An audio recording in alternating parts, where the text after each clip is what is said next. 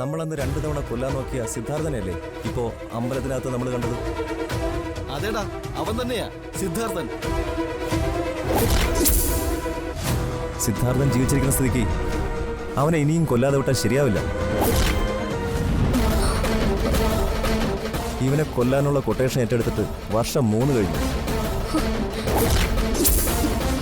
എടാ, ഇവനെ നമ്മൾ ഇവിടെ കണ്ട വിവരം ബോസിനെ വിളിച്ച് അറിയിക്കണ്ടേ? അറിയിക്കണം. നമുക്ക് ഇപ്പൊ തന്നെ ബോസിനെ അറിയിക്കണം. വാ പോ. നീ വാ.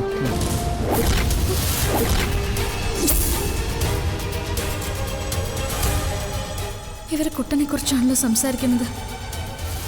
ഇവർ കുട്ടനെ കൊല്ലാൻ നടക്കുന്നവരാണോ? ഇവരെന്തിന് കുട്ടനെ കൊല്ലണം? ഇവർ പറയുന്ന ബോസ് ആരാ? ഇവരെ വെറുതെ വിടാൻ പാടില്ല. ഞാൻ നടത്തിയ നേർച്ചയുടെ ഫലമായിട്ടായിരിക്കും ഇവന്മാരെ എൻ്റെ കൺമുന്നിൽ എത്തിച്ചത്. ഇവന്മാരെ പിടികൂടിയ കുട്ടൻ്റെ യഥാർത്ഥ ശത്രു ആരാണെന്ന് എനിക്കറിയാൻ കഴിയും.